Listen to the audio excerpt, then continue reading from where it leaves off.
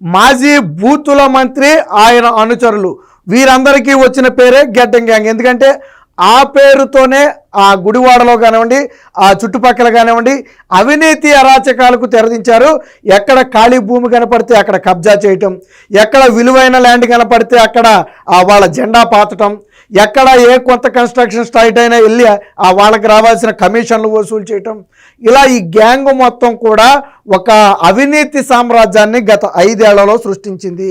అయితే ఇప్పుడు కొడాలి నాని అనుచరులు కొడాలి నాని చేసిన దాదాపుగా 100 కోట్ల రూపాయల విలువైన స్కాము ఇప్పుడు బయటకు రాబోతుంది. సరే, రాజకీయ నాయకులు స్కామ్ చేసి తింటే తిన్నారు, ఎవరు తింటలేదు అనుకోవచ్చు, కాసేపు పక్కన పెడదాం. వీళ్ళు తినటంలో భాగంగా ఇప్పుడు నిరుద్యోగ పేద యువత జీవితాలను నాశనం చేశారు. అసలు వీళ్ళ స్కామ్కి వాళ్ళ జీవితాలకి ఏంటి సంబంధం అంటే, ఇదొక సినిమా స్టోరీని తలపించే స్టైల్లో జరిగిన అవినీతి. మన సినిమాల్లో చూస్తుంటాం కదా, అవినీతి చేయడానికి రకరకాల మార్గాలు ఎన్నుకుంటారు. అలాగే ఇక్కడ కూడా కొడాలి నాని అవినీతి చేయడానికి పలు రకాల మార్గాలు ఎంచుకున్నాడు. అసలు విషయానికి వస్తే దాదాపుగా ఒక 170 ఎకరాలు 180 ఎకరాలు జగనన్న కాలనీ కోసం భూమి సేకరించారు. మంచిదే.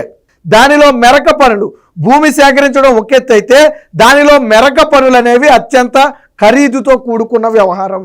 ఈ 180 ఎకరాల్లో మెరక పనులు ఎవరు చేశారు? కొడాలి నాని చేశాడు. డైరెక్ట్గా కొడాలి నాని చేస్తే విమర్శిస్తారు, దొరికిపోతాడు కూడా. కాబట్టి కొడాలి నాని కూడా ఒక మాస్టర్ ప్లాన్ వేశాడు. ఏమని? తన అనుచరుల పేరుతో ఉన్న కొంతమంది పేర్లు అక్కడ పెట్టి వాళ్ళు కాంట్రాక్ట్ పనులు చేస్తున్నట్టుగా ప్రభుత్వాన్ని నమ్మించి వాళ్ళ అకౌంట్లోనే డబ్బులు వేయించి ఇలా పడగానే అలా తీసుకునేవాడు మొత్తం. అంటే అర్థమైందా మీకు? అంటే పేద నిరుద్యోగ యువత ఎవరైతే ఉన్నారో వారికి వలబన్నాడు.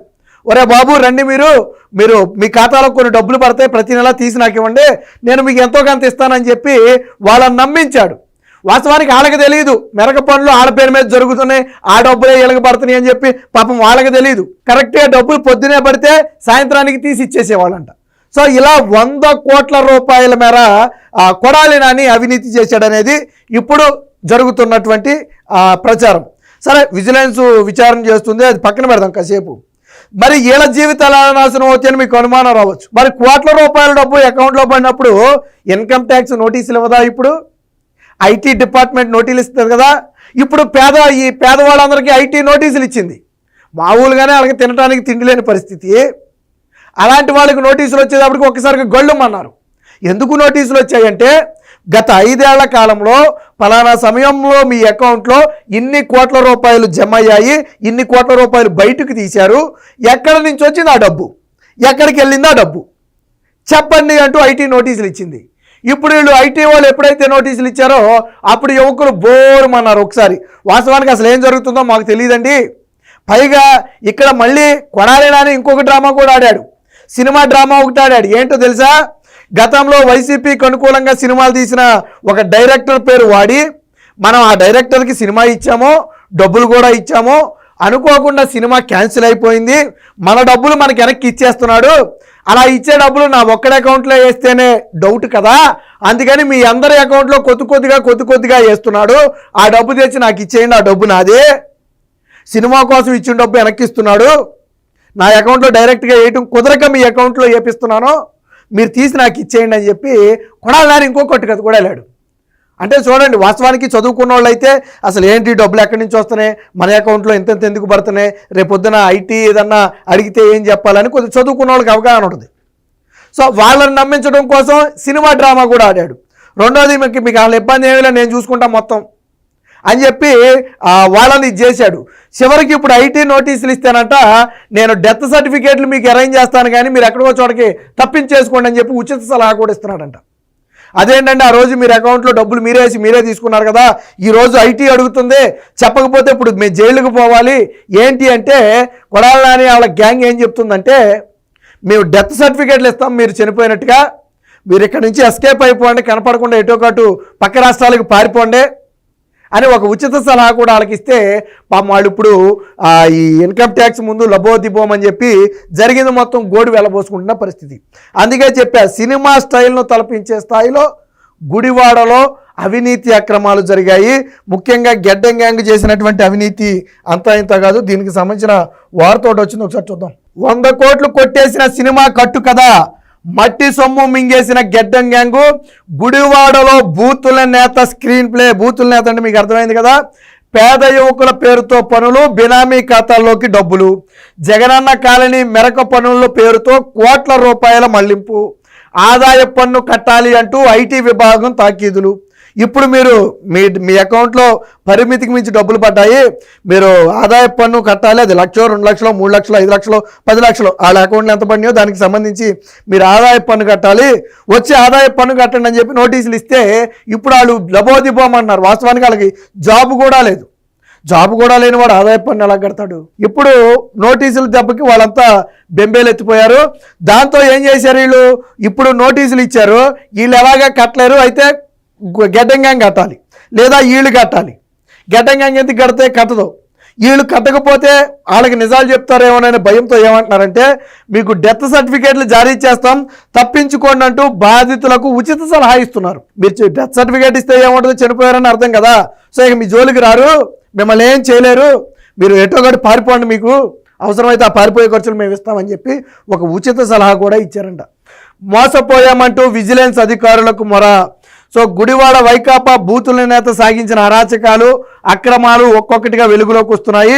జగనన్న కాలనీల్లో మెరక తొలగింపు పేర్లతో ప్రభుత్వ ధనాన్ని కోట్లలో కొల్లగొట్టడమే కాకుండా సినిమా అంటూ కట్టుకథ చెప్పి మరికొందరిని పావులుగా వాడుకుని ముంచేశాడు. పేదలకు పనులు అప్పగించినట్లుగా, అంటే చూడండి ఎంత పగడ్బందీగా చేశాడు. పంచాయతీలో తీర్మానం చేయించాడు. మొత్తంగా 16 మందికి పనులు అప్పగిస్తున్నట్టుగా పంచాయతీలో తీర్మానం చేశాడు. ఈ 16 మంది కూడా పేదవాళ్ళు, చదువుకున్నవాళ్ళు. చాలామంది ఏమనుకున్నారంటే కొడాలి అనేది ఎంత పెద్ద మనసు, యువకులందరికీ పాపం ఉపాధి కల్పించాడు, వాళ్ళకి పనులు కల్పిస్తున్నాడని పాపం అందరూ అనుకున్నారు. కానీ దాంట్లో ఉన్న కుట్ర ఏంటో వాళ్ళకేం తెలుసు. సో పంచాయతీ తీర్మానం చేయించి వాళ్ళకు పనులేమో కొడాలి నాని గ్యాంగే చేయించేది, గెడ్డం గ్యాంగే పనులు చేసేది. పనులు అయిపోయిన తర్వాత వీళ్ళ ఖాతా అకౌంట్లో డబ్బులు పడేవి. పడిన డబ్బులు పడినట్టుగా సాయంత్రానికి తీసేసుకునేవాళ్ళు. ఇలా డబ్బులు పడేవి, ఇలా తీసేసుకునేవాళ్ళు. ఇలా అంటే డబ్బులు ఒకేసారి పడవు, కొంచెంగా పడుతుంటాయి. పడిన డబ్బులు తీసేసుకునేవారు. ఇలాగా మొత్తంగా 178 ఎకరాలకు సంబంధించి మెరక పనులు చేసినందుకు గాను 16 మంది యువకుల ఖాతాల్లో ఈ 100 కోట్ల రూపాయలు జమ చేశారు. అంటే ఒక్కొక్కరి దాదాపుగా ఒక్కొక్కరి దాంట్లో 5, 6, 7 కోట్ల రూపాయలు డబ్బులు జమ అయింది యావరేజ్. మరి అంత జమ అయినప్పుడు ఇన్కమ్ ట్యాక్స్ అడగదా? సరే, ఇది పక్కన పెట్టి మరికొంతమందిని ఎలా నమ్మించాడు? సినిమా కొట్టుగా చెప్పి నమ్మించాడు. ఏమని?